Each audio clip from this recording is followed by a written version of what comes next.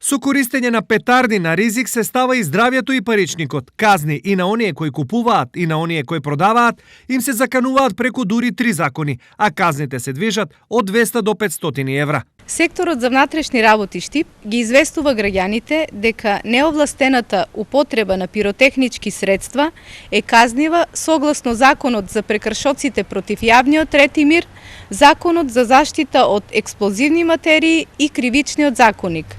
Апелираме особено до малолетниците да не употребуваат петарди, бидејќи тие представуваат опасност за нивното здравје. Од полицијата ги повикуваат граѓаните на соработка и сите информации за продажба и употреба на петарди да ги поделат со нив. Секторот за внатрешни работи Штип со спроведување на акцијски контроли и проверки работи на откривање и санкционирање на лицата кои вршат нелегална продажба на пиротехнички средства. Само лани на клиниката за пластична хирургија во Скопје за време на новогодишните празници завршиле 30 пациенти како последица на употреби на петарди.